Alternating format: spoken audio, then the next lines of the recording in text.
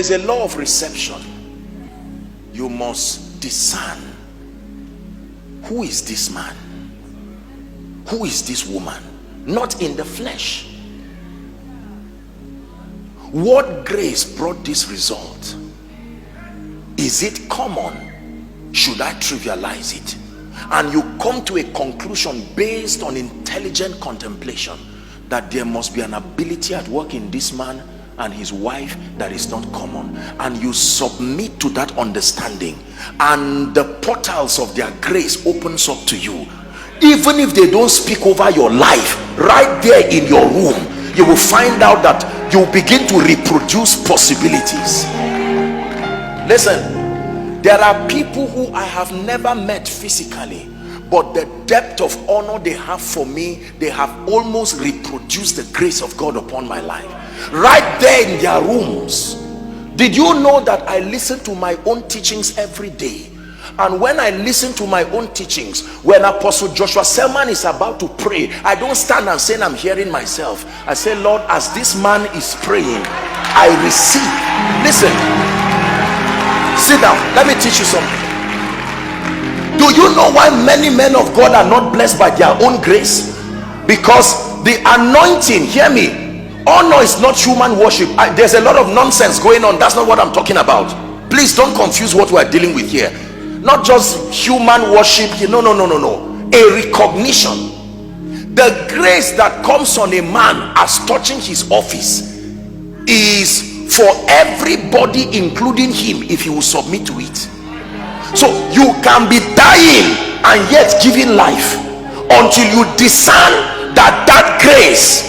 When I listen to my teachings, believe me, I don't listen and repeat myself. I listen with an open heart, and I hear what I did not hear even while I was preaching. Listen, how many husbands come? Two people, any two. Well, don't carry anybody's wife, please. Husband, a man and a woman, or husband and wife. Don't come here with anybody's wife. Husband and wife, come. Stand here. Stand here. God bless you. Watch this. Do you know real value is not physical? And that if I give you, watch this. Can I bring up someone? Now watch this, everybody. This is your rand. If I give you some money, hold this. Give some to your wife. In fact, give all to your wife. Take this. Now watch this. If you have physical money, people say you are rich or you are blessed. That's not true. This is giving evidence to what is on you. Are you getting what I'm saying? Now, God stores his possibilities in men. Learn what I want to teach you. There is no man that is empty. There are human beings carrying mysteries that they themselves do not know. Now listen carefully.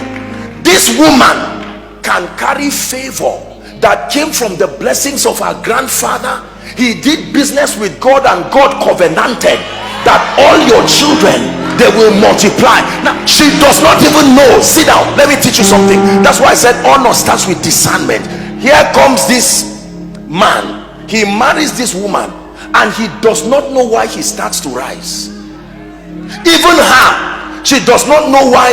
Someone just starts a relationship with you, and in 2 weeks he got a job, and he says you're a good woman. Or you too, you say you don't know that something on you.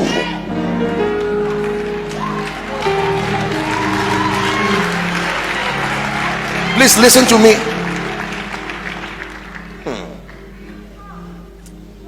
I share with you the mysteries of the kingdom. Now this man is rising and is doing well. And do you know that although she's his wife, she still has that spiritual component that represents an advantage.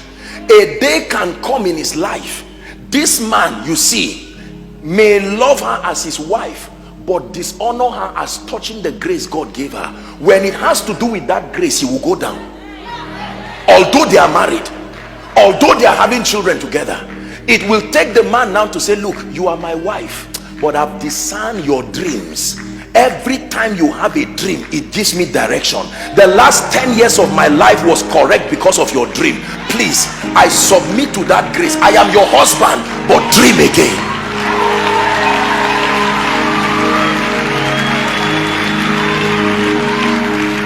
Now watch this.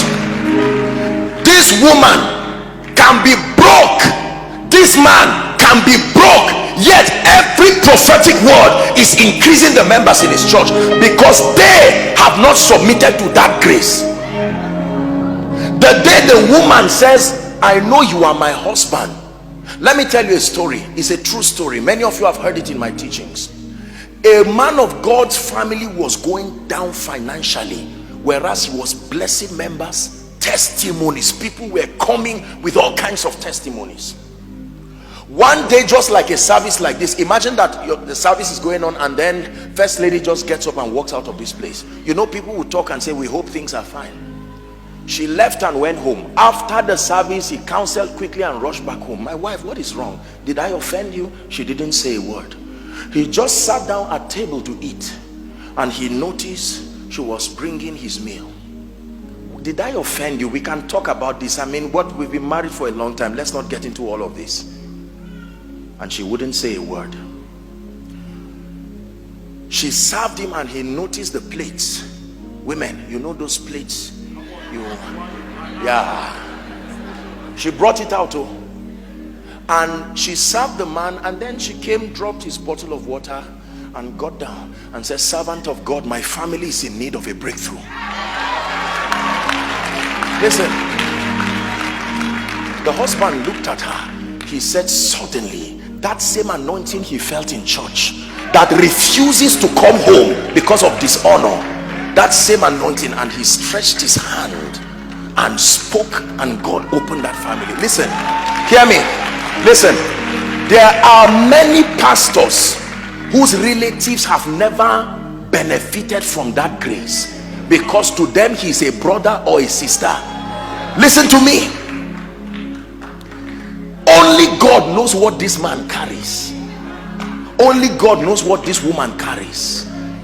The day you discern what she carries, you will carry the grace. The day you discern what he carries, the law of honor.